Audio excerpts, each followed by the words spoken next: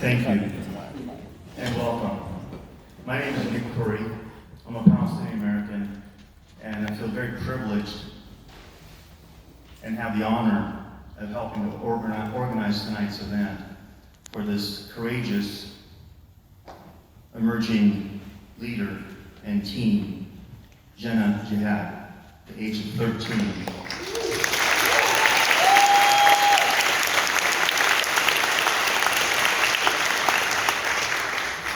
The world's youngest card-carrying journalist.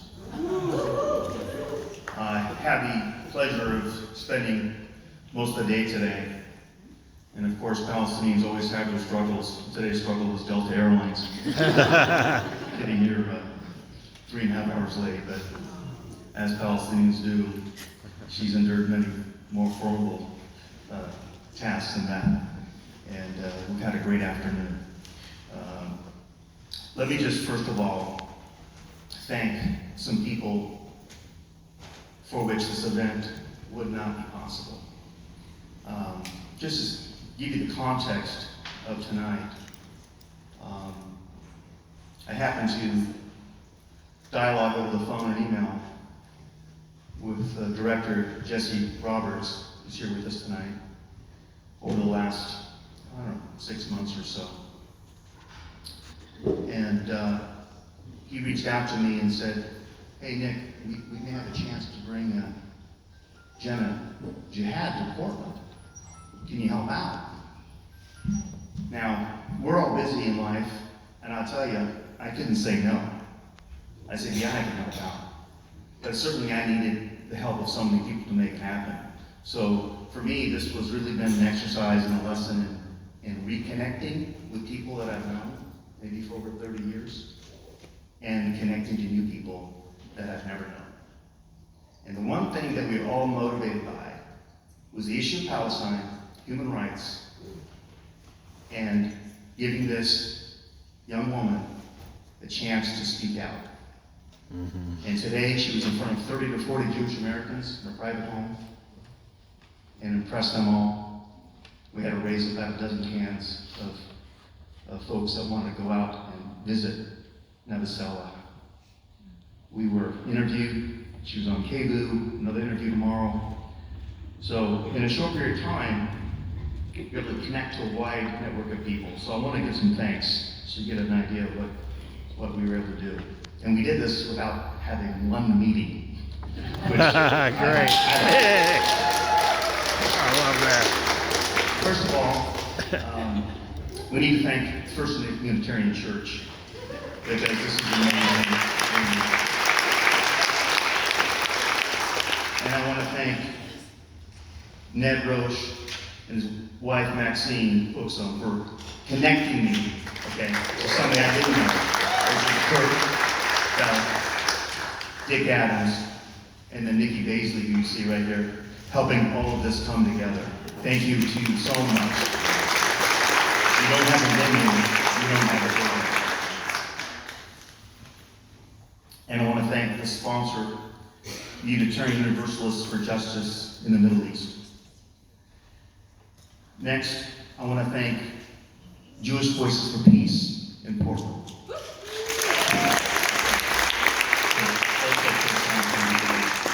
Will Singer, where's Will? There he is. I said to the group, you know what, we really need to get out in front of, meet some Jewish Americans, and not just preach to the converted.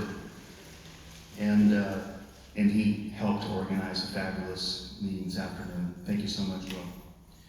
And of course, there's been folks out there in the trenches for a long time, and I see Peter Miller out there from Offer. Peter, thank you so much for getting the word out there. Americans United for Sponsoring Human Rights, great job. And then, of course, reconnecting, still on that theme, Reverend Dick Toll, Friends of Seville, North America. Dick's been at this fight for, over as long as I've been active in this community, which goes back to about 1989, if I remember. And where's Ned? Ned was right there, side by side with me back then. And he's still at it. Just an amazing person. I want to thank Bennett Husted, Bennett, and Jennifer Rosenberg. You saw that they immediately jumped in to help out, and really appreciate Holy Land Ministry at Spirit of Grace, and that's a church community of Lutherans, Catholics, and other faith traditions. We thank you so much. Remember, people want to turn this into a religious conflict, and it's not. We all know that, right? It is a human rights issue. That's right.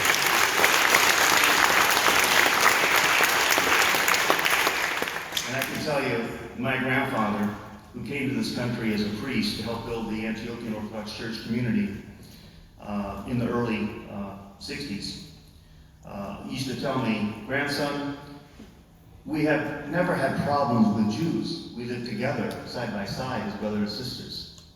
But see, in 1917, thanks to the British and their plans, things changed. And of course, we have conflict. But it's not because there's some sort of natural conflict between Jews and Palestinians. And of course, I, as a Palestinian Christian, can tell you that we have never had quarrels with our Muslim brothers and sisters. And one story I have to share with you, when my grandfather's village was destroyed in 1948, the Pope intervened and asked Israel to let the villagers come back. It was a town outside of Nazareth called Elliott Chapel. And the Pope intervened, and the Israeli government came back and said, we will let the Christians return, but not the Muslims. The response of the villagers said, no, we will not go back without our brothers and sisters. So this is about unification. This is about us coming together as a community, regardless of whatever ethnic, religious background. So thank you for all being here. Yes.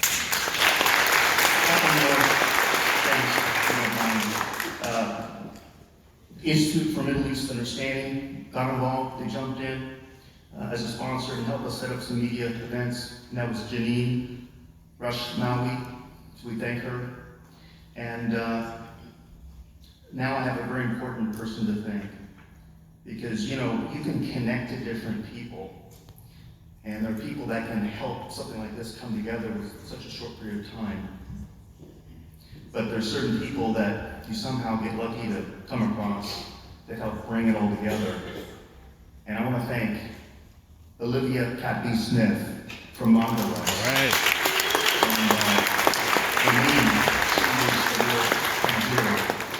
And again, interesting because I've been trying to connect with her for probably a couple, 2-3 months and work and whatnot.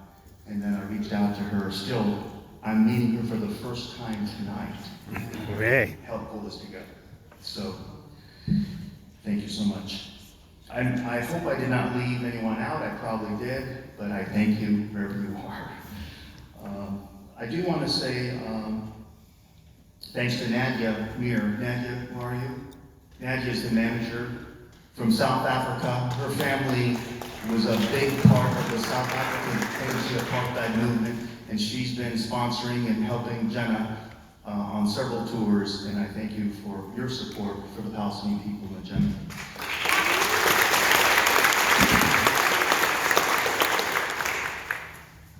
I would like Olivia to say just a couple words about Mondoweiss before I make one last introduction.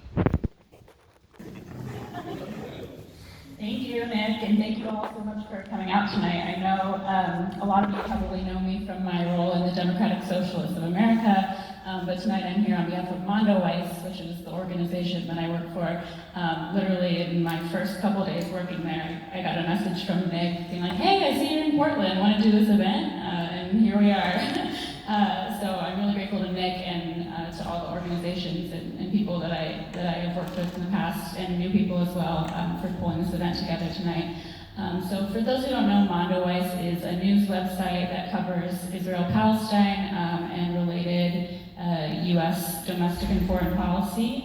We publish a diversity of voices to try and foster dialogue on these issues, and also to try and promote the movement for justice for Palestinians, both in Israel, Palestine, and with American domestic and foreign policy. We also try to offer an alternative to pro-Zionist ideology as a basis for identity, American Jewish identity. Mondoweiss was started as a blog by Phil Weiss, who was fired from The New Yorker by Jared Kushner after questioning Zionism in his column. So that was in 2006, and since then we've grown to a site with a small number of staff, including myself, and hundreds of contributors. We had the privilege of introducing to thousands of readers in the Western world this incredibly courageous young woman, Janna Jihad, when she was just 9 years old, I think was the first article I saw that mentioned her, covering the courageous children and families in Nabi Saleh. So I'm so excited to be here with you all tonight, to see her in action. And it's events like this that help us tell the truth to the world about what's going on in Israel, Palestine, and it's really important to be able to do this type of stuff. So if you want to learn more about Mondoweiss, you can come talk to me, visit our site, mondoweiss.net. I'm really glad to be here tonight. Thank you.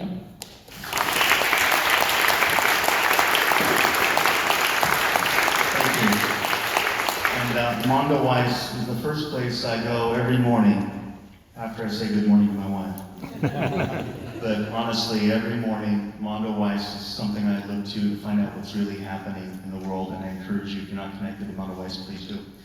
Next, I want to introduce a very special guest, and that's Jesse Roberts. Jesse is the co-creative director of Riseup International. Jesse is the director of Radiance of Resistance, and he's going to talk about that tonight. Thank you.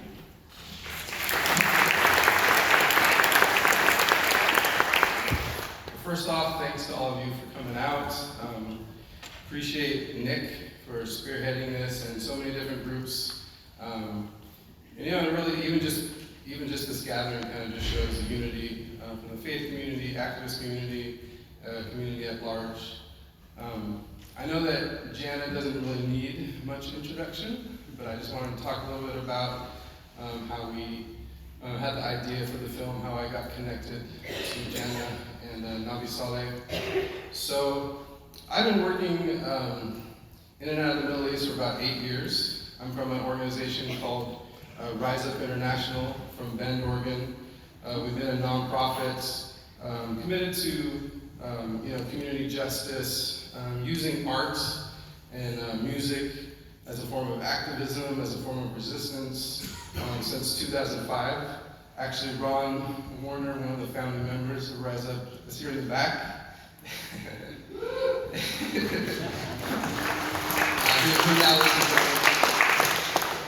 So in traveling to different villages in Palestine, I was just really blown away the first time I went to Nabi Saleh, where there was these women who were really some of the leaders of the movement, and young women. And I learned about Ahed in Janna, and first reached out to Janna's uncle, Bilal, who has been a journalist in Nabi Saleh on the ground for years and years and years, and talked to him about the idea of, hey, I'd love to do a documentary, just kind of showing what your life is like. Oftentimes, when people think about Palestine and Israel, it sort of gets caught up in this huge sort of, ethereal space. And so I think what we really wanted to do was bring it down to one village, to two families, and to show just what the daily life is like, living under the occupation. So Bilal was really open to the idea. I went back to the US and recruited a friend of mine, also named Jesse, to go to the West Bank, and we spent a couple months there. We didn't really have any funding. We had enough funding to, pay our tickets and kind of room and board for a few different months, And, Janna's family and Ahed's family really opened their arms to us. Janna's mother, Nawal, Bilal and Manal, her aunt and uncle, her cousin Osama were just amazing. The hospitality. Bassem, Naramin, who's Ahed's parents. And the thing that really struck me was, they're living in this system of oppression, and they're going to work every day, and they're going to school every day, and yet they stay so positive. And then on the weekends, they're hosting journalists and activists. They almost have like a whole nother second job, just hosting people like me who come over there and want to be part of covering what's happening. And for us, Jesse and I, this was our first film. We had no budget, we didn't have great equipment, but it was neat to be able to make this film. I think we made this 4 or 5 years ago, and we've been able to screen it in different film festivals. And it's I feel like it's one tool that we can use. Obviously film to help share a story. Janna specifically, when I met you were like 8 or 9, and just full of so much life, full of so much fire, and you really inspired me. And to see you now, grow into a young woman, and you're speaking with congresswomen on Capitol Hill, and meeting the Pope, and doing this tour. I really, really respect you, and I believe in what you're doing, and it's been awesome to be part of your life in some small way. And so yeah, thank you.